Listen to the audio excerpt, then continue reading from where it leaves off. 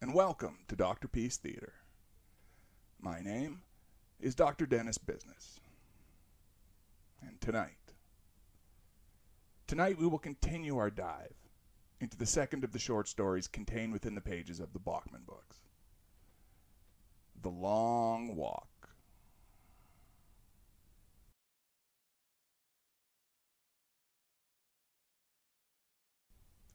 When we last left Ray Garrity and our friends on the road, 40 boys had bought a ticket, with 60 still remaining. Things are getting bad, and I have a feeling that it takes longer to start a long walk than it does to end it. And that is where we pick up today with Chapter 9.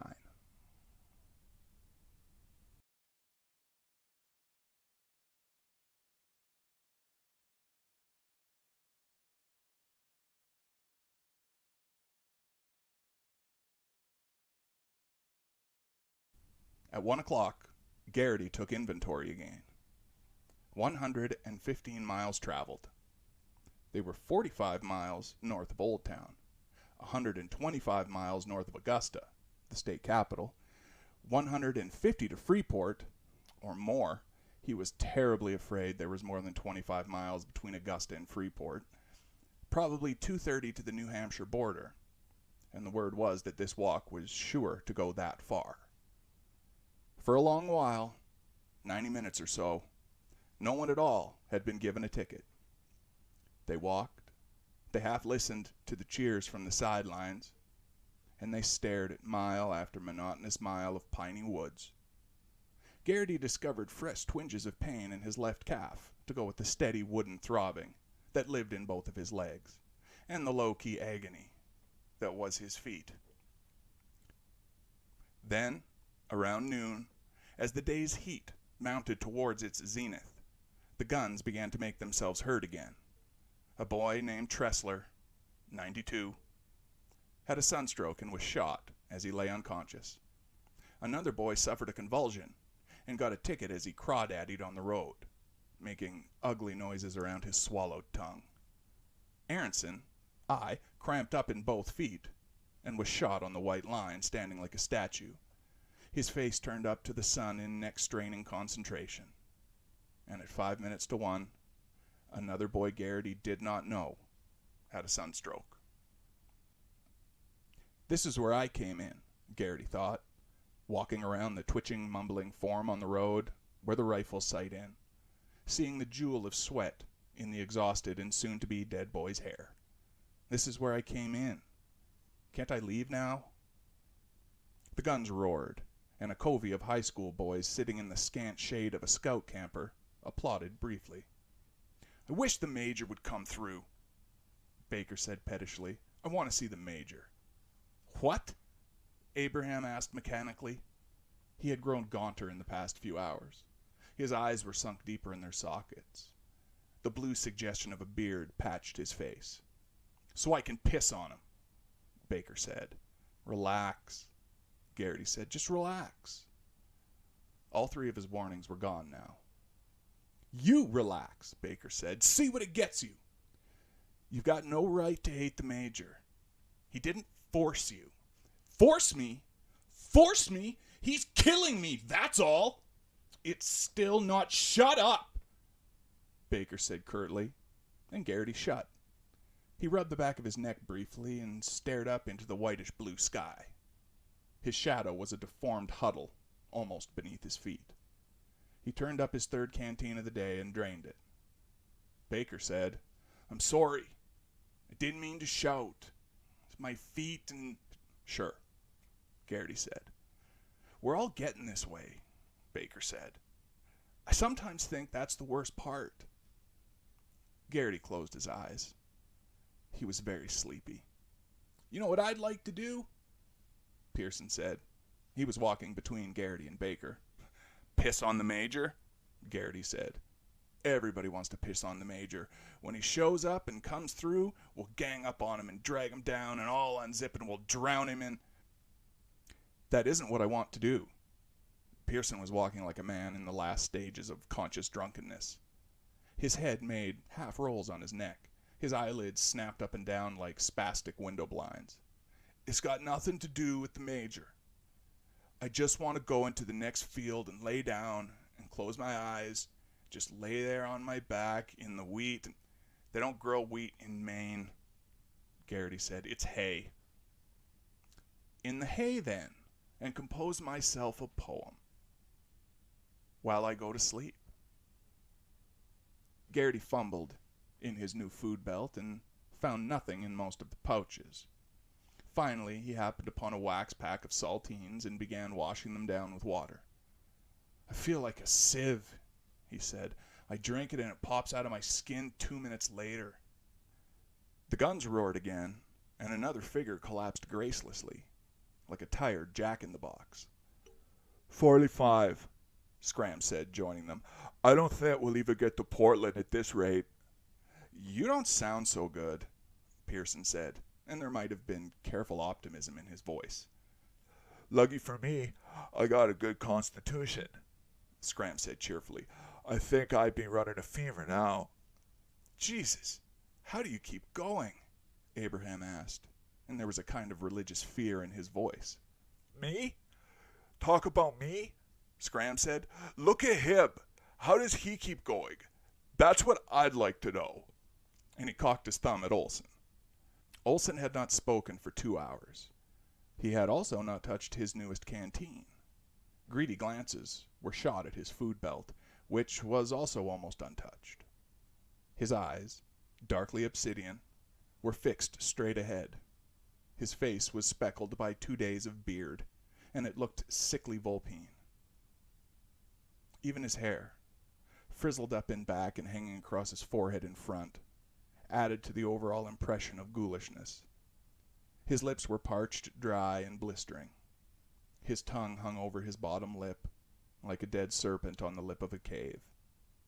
Its healthy pickness had disappeared. It was dirty gray now.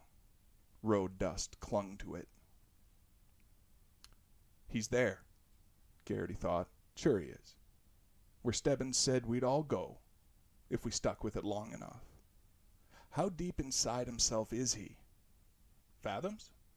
Miles? Light years? How deep and how dark?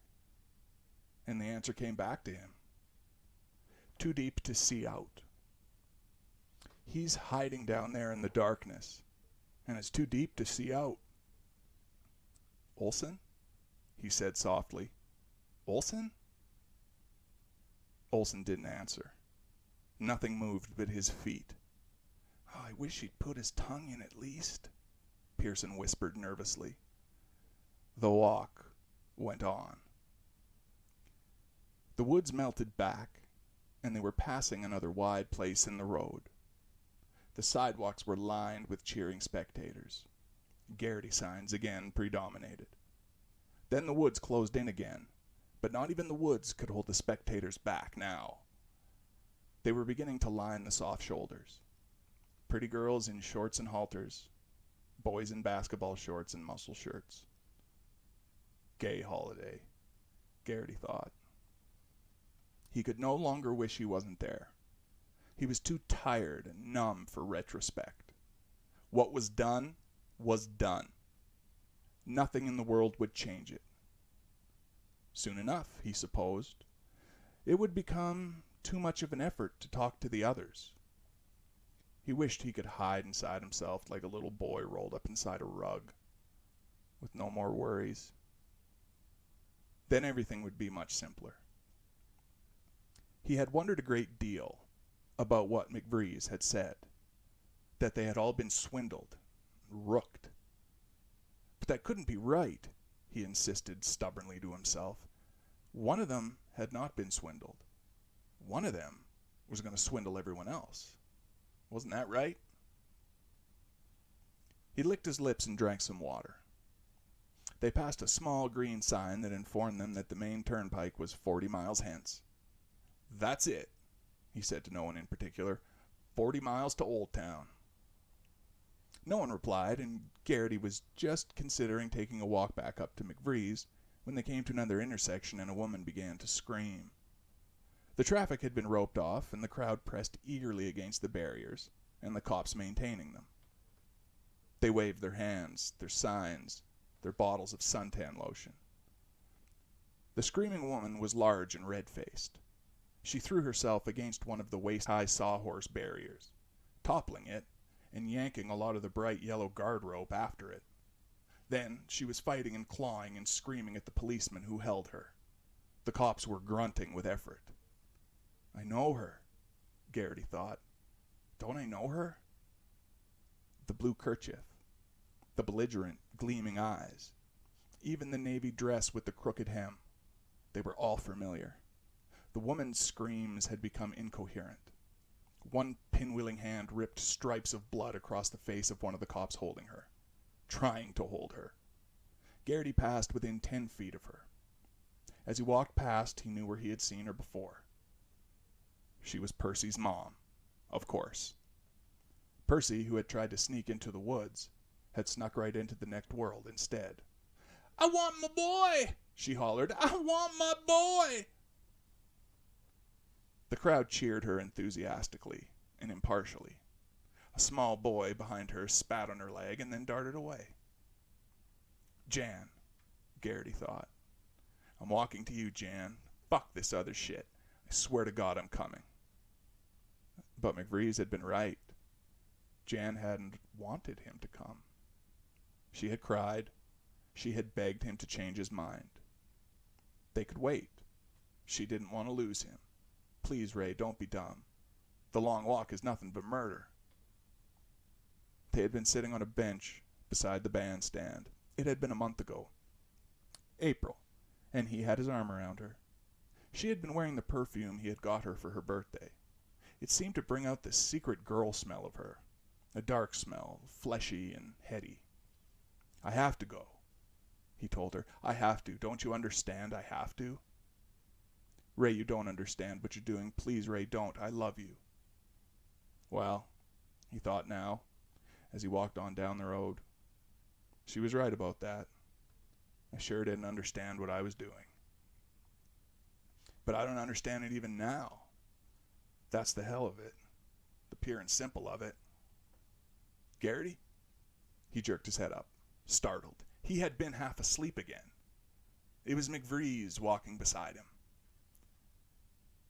How you feeling? Feeling?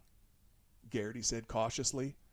All right, I guess. I guess I'm all right.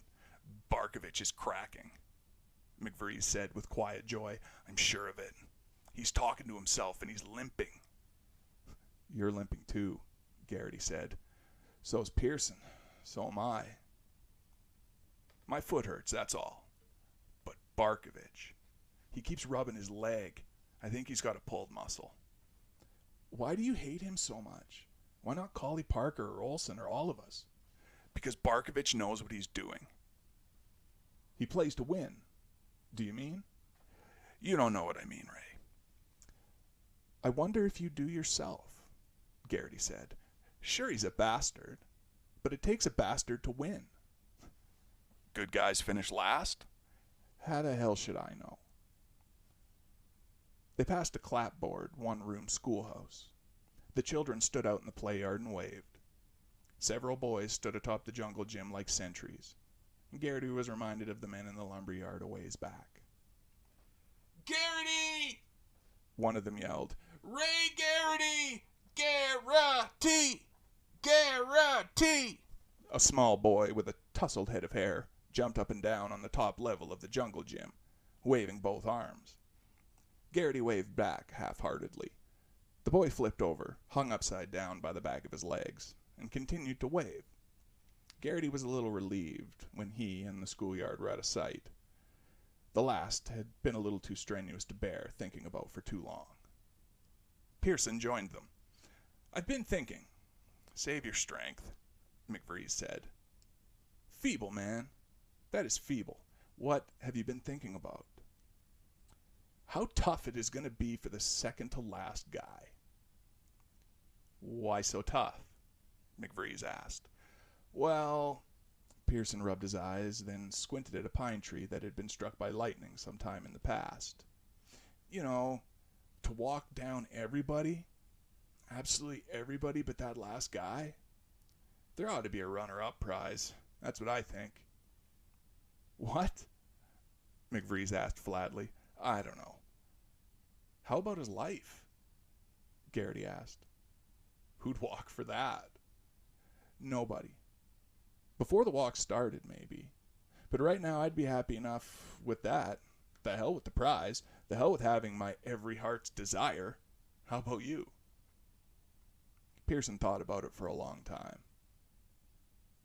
I just don't see the sense of it, he said at last, apologetically. You tell him, Pete, Garrity said. Tell him what? He's right. The whole banana or no banana at all. You're crazy, Garrity said, but without much conviction. He was very hot and very tired, and there were the remotest beginnings of a headache in back of his eyes. Maybe this is how Sunstroke starts, he thought. Maybe it would be the best way, too. Just go down in a dreamy, slow-motion half-knowingness and wake up dead. Sure, McVrees said amiably. We're all crazy, or we wouldn't be here. I thought we'd thrashed that out a long time ago. We want to die, Ray. Haven't you got that through your sick, thick head yet? Look at Olson.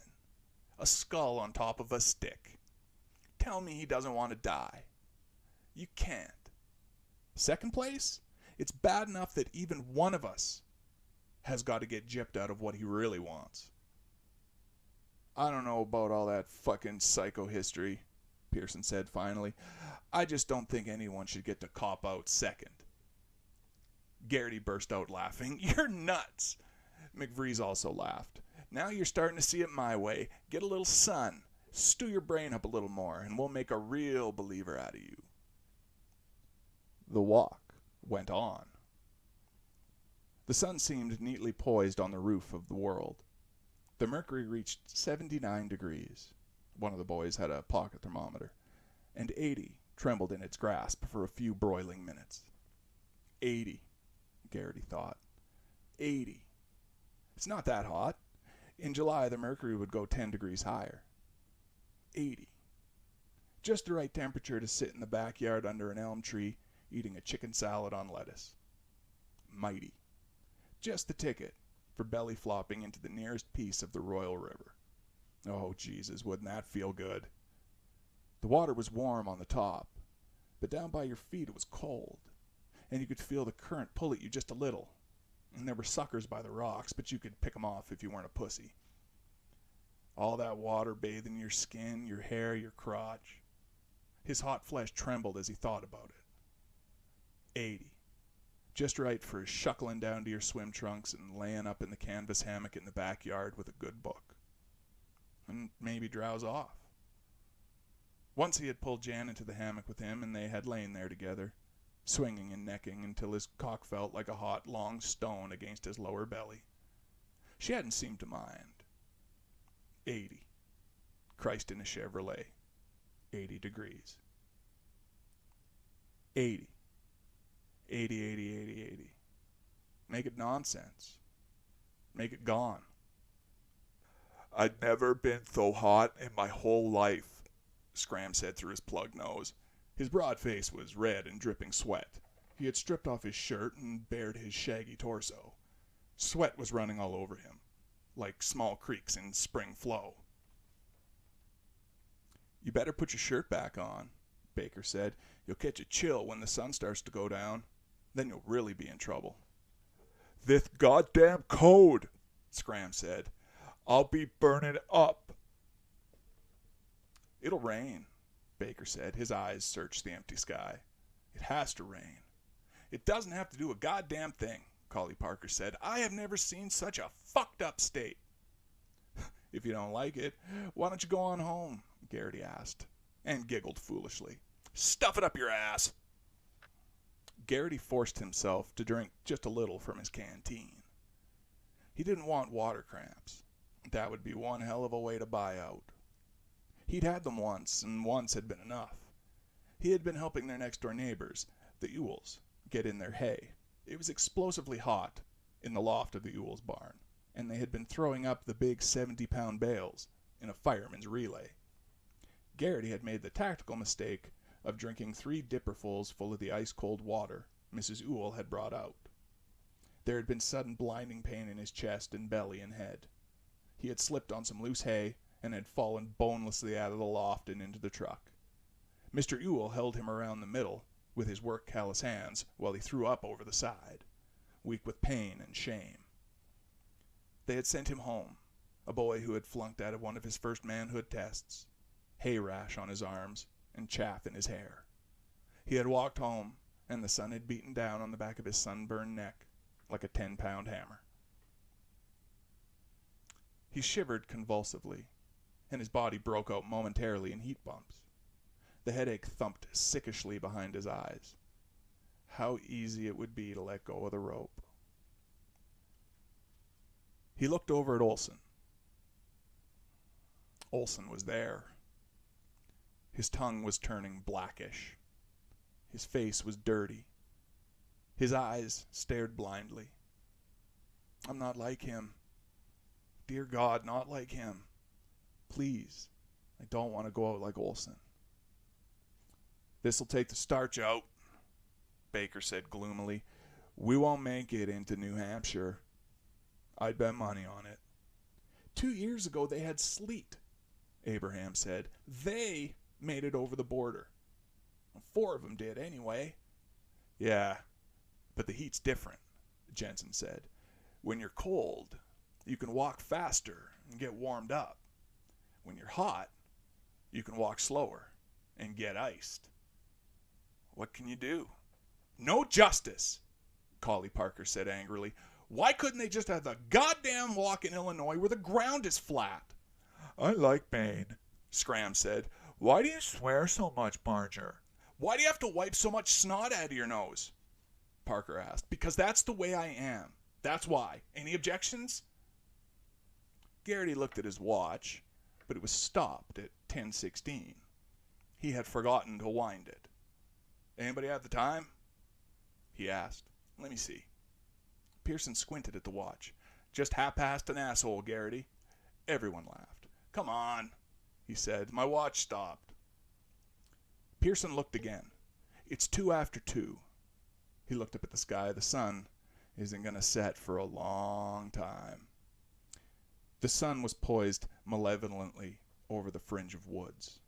There was not enough angle on it yet to throw the road into shade, and wouldn't be for another hour or 2. Far off to the south, Garrity thought he could see purple smudges that might be thunderheads, or only wishful thinking. Abraham and Collie Parker were lackadaisically discussing the merits of 4-barrel carbs. No one else seemed much disposed to talk, so Garrity wandered off by himself to the far side of the road, waving now and then to someone, but not bothering as a rule. The walkers were not spread out as much as they had been. The vanguard was in plain sight. 2 tall, tanned boys with black leather jackets tied around their waists. The word was that they were queer for each other, but Garrity believed that, like he believed the moon was green cheese. They didn't look effeminate, and they seemed like nice enough guys. Not that either one of those things had much to do with whether or not they were queer, he supposed, and not that it was any of his business if they were, but Barkovich was behind the leather boys, and mcvrees was behind him, staring intently at Barkovich's back. The yellow rain hat still dangled out of Barkovich's back pocket, and he didn't look like he was cracking to Garrity. In fact, he thought with a painful twinge, mcvrees was the one who looked bushed. Behind mcvrees and Barkovich was a loose knot of 7 or 8 boys, the kind of carelessly knit confederation that seemed to form and reform during the course of the walk, new and old members constantly coming and going. Behind them was a smaller group, and behind that group was Scram, Pearson, Baker, Abraham, Parker, and Jensen. His group. There had been others with it near the start, and now he could barely remember their names. There were two groups behind his, and scattered through the whole raggle-taggle column like pepper through salt were the loners. A few of them, like Olson, were withdrawn and catatonic. Others, like Stebbins, seemed to genuinely prefer their own company. And almost all of them had that intent, frightened look stamped on their faces. Garrity had come to know that look so well.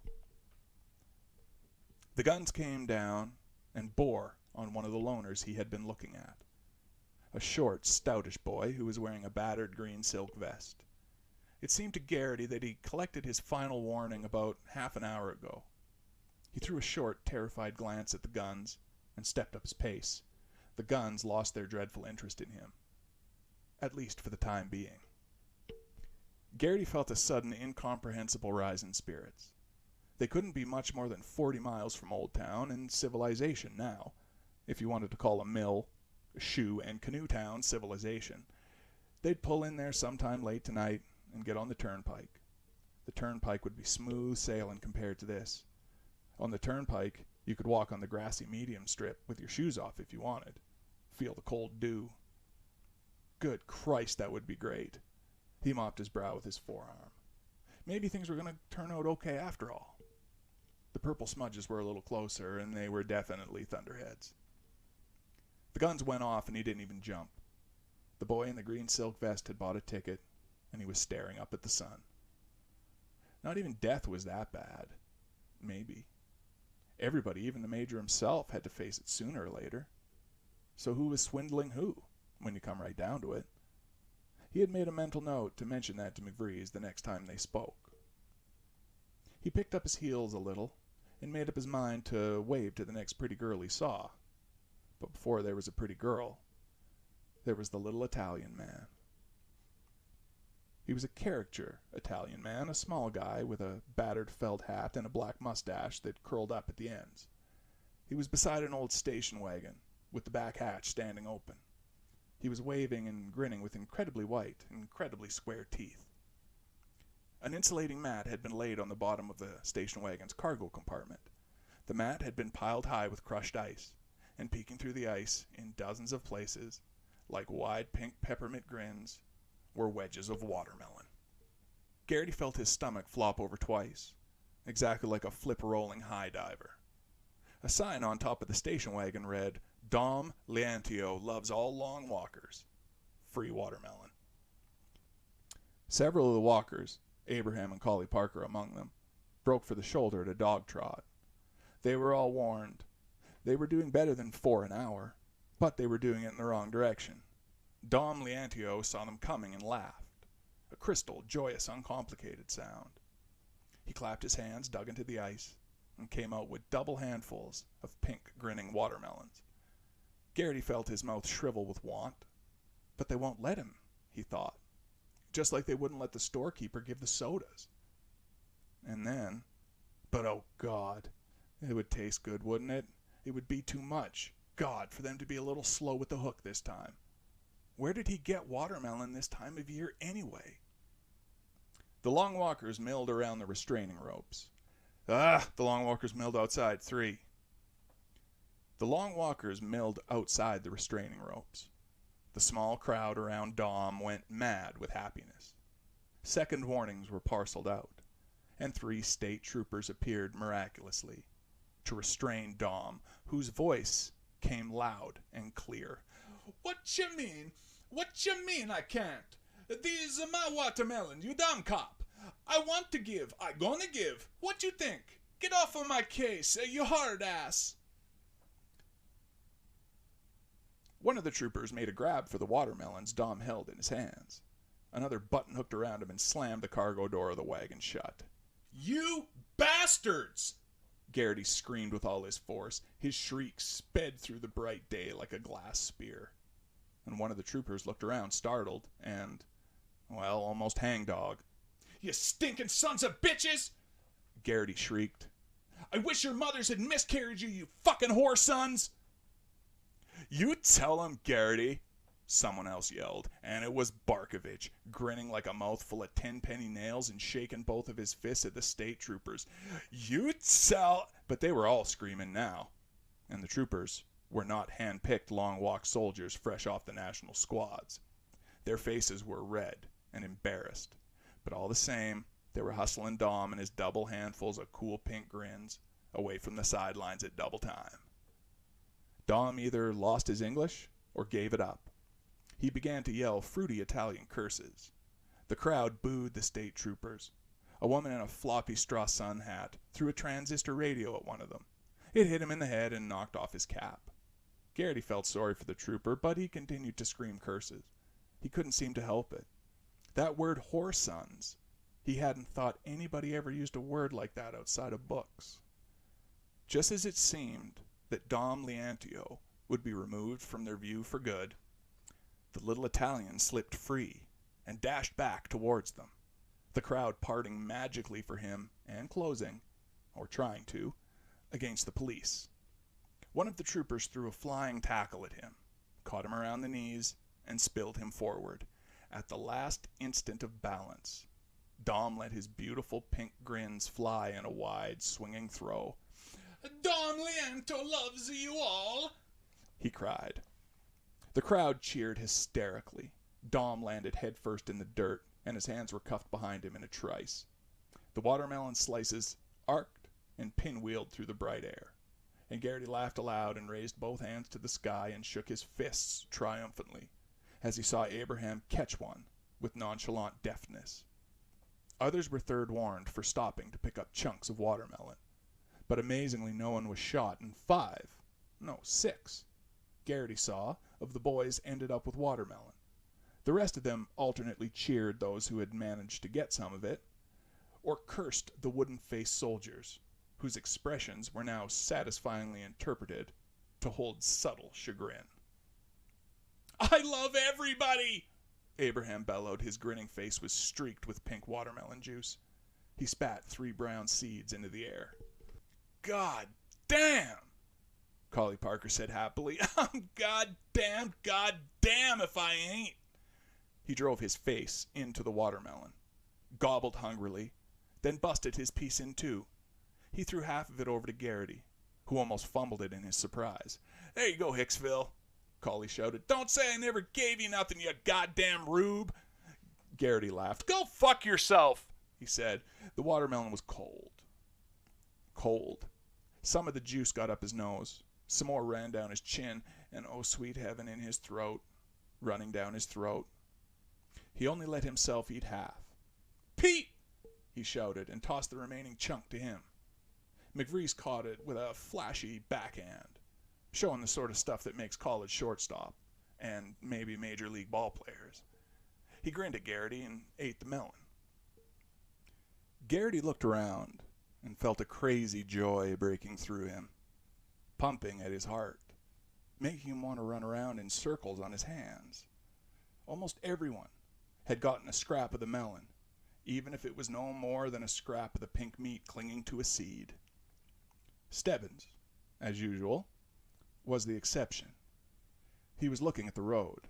There was nothing in his hands, no smile on his face. Screw him, Garrity thought, but a little of the joy went out of him nevertheless. His feet felt heavy again. He knew that it wasn't that Stebbins hadn't gotten any, or that Stebbins didn't want any. Stebbins didn't need any.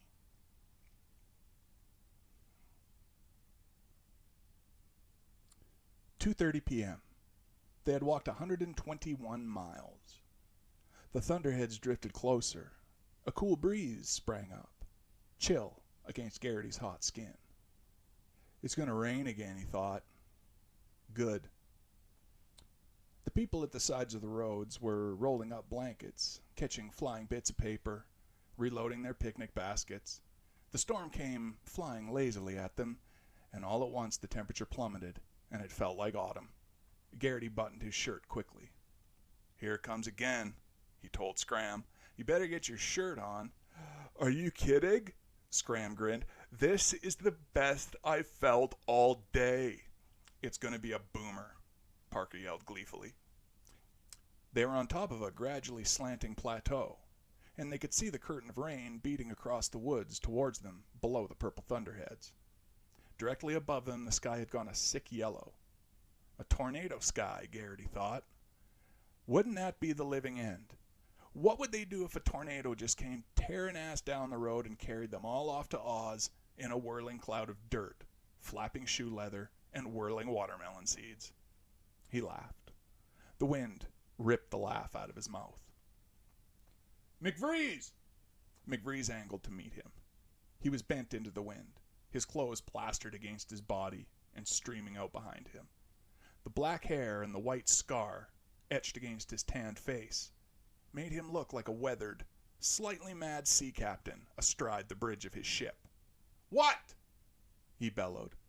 "Is there a provision in the rules for an act of God?" McVrees considered. "No, I don't think so." He began buttoning his jacket. "What happens if we get struck by lightning?" McVrees threw his head back and cackled. "We'll be dead!" Garrity snorted and walked away.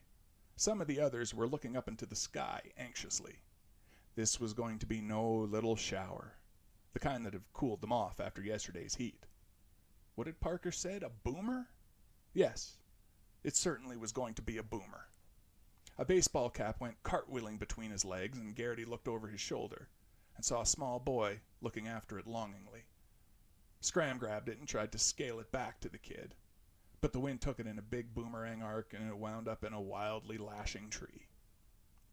Thunder whacked. A white-purple tine of lightning jabbed the horizon.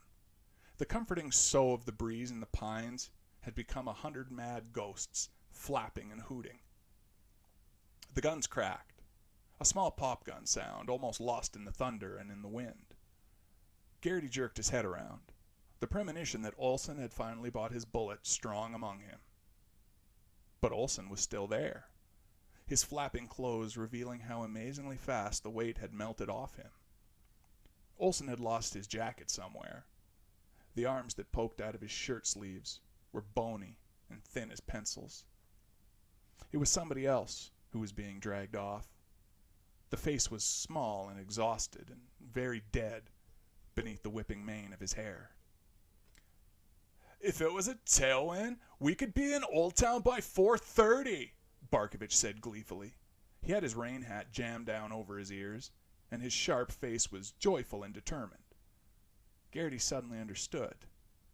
He reminded himself to tell McVrees. Barkovich was crazy.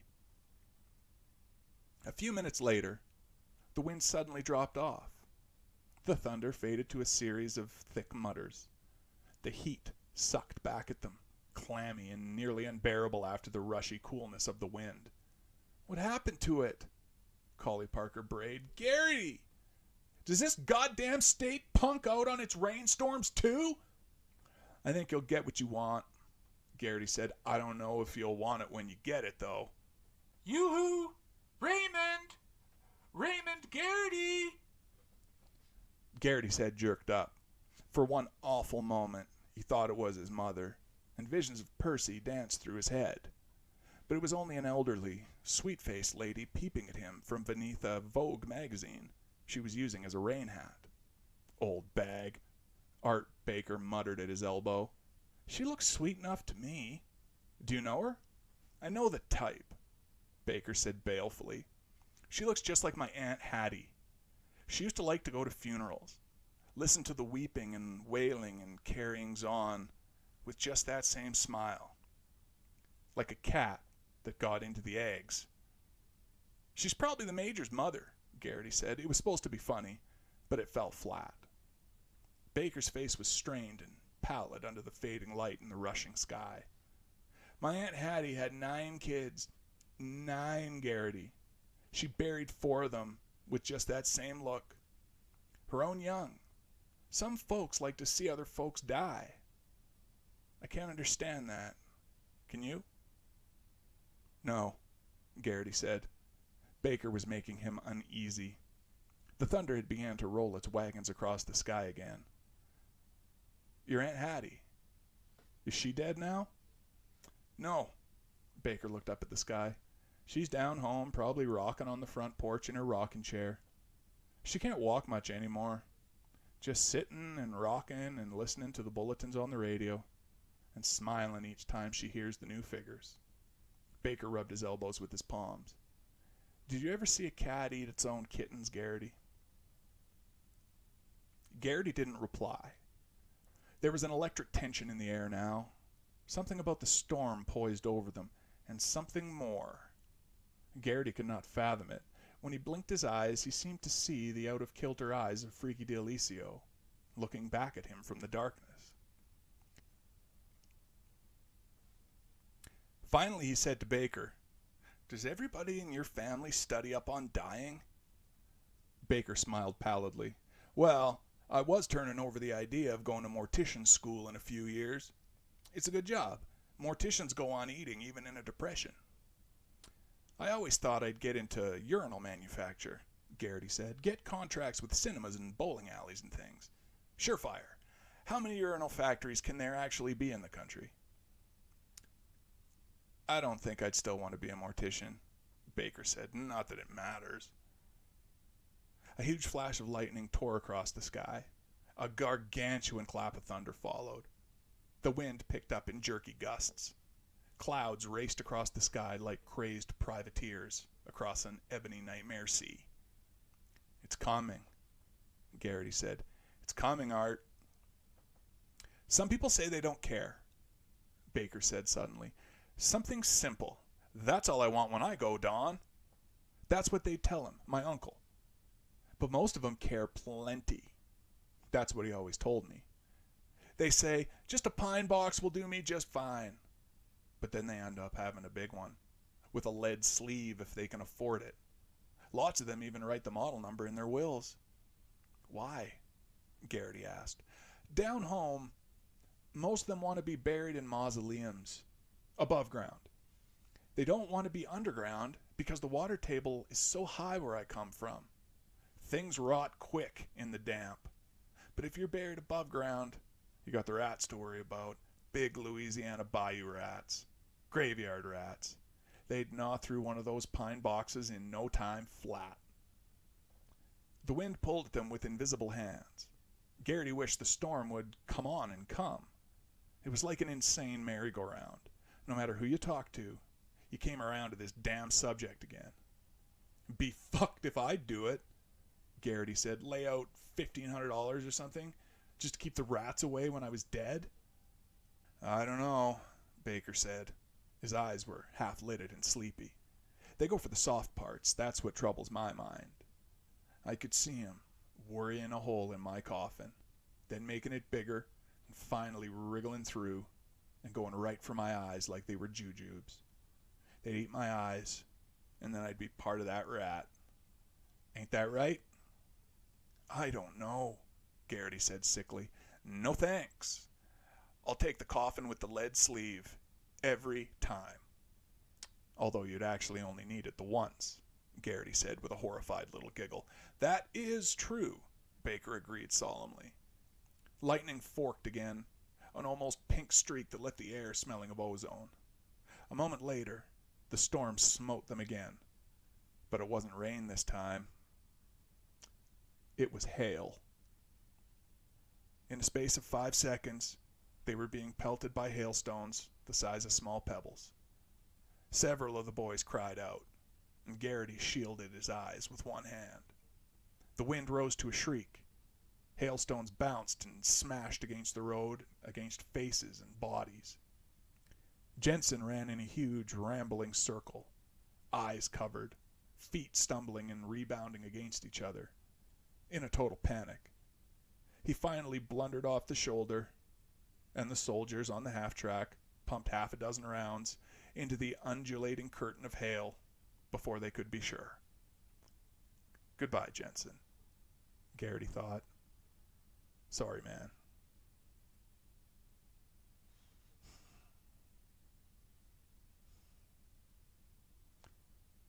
The rain began to fall through the hail, sluicing down the hill they were climbing, melting the hail scattered around their feet. Another wave of stones hit them, more rain, another splatter of hail, and then the rain was falling in steady sheets, punctuated by loud claps of thunder. "God damn!" Parker yelled, striding up to Garrity. His face was covered with red blotches. and he looked like a drowned water rat. Garrity, this is without a doubt. Yeah, it's the most fucked up state in the 51, Garrity finished. Go soak your head. Parker threw his head back, opened his mouth, and let the cold rain patter in. I am, goddammit, I am! Garrity bent himself into the wind and caught up with mcvrees. How does this grab you? He asked. mcvrees clutched himself and shivered. You can't win. Now I wish the sun was out. It won't last long, Garrity said. But he was wrong.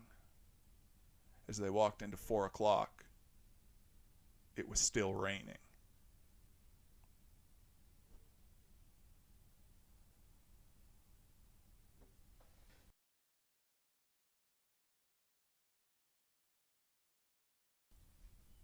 That was Chapter 9 of The Long Walk, the second short story contained within the pages of the Bachman books. Things are getting worse for them every chapter, and unexpectedly so. Could you imagine getting hailed on when you have a real bad sunburn? That'd be like being in a sandblaster. Olson's in bad shape. I'm never going to get the mental picture of his black tongue hanging out of his mouth caked with dirt. That was a horrible picture. And I don't know how he's still going. I don't get it. Maybe what he said he was going to do meant something, because he said he was going to walk down Barkovich, and he's been sitting at Barkovich's back staring at him. So maybe he won't do Barkovich a favor by letting him dance on his grave. He's going to see Barkovich die. Perhaps. But we will find out next time, because this has been Doctorpiece Theater, and my name is Dr. Dennis Business. And as always, my friends,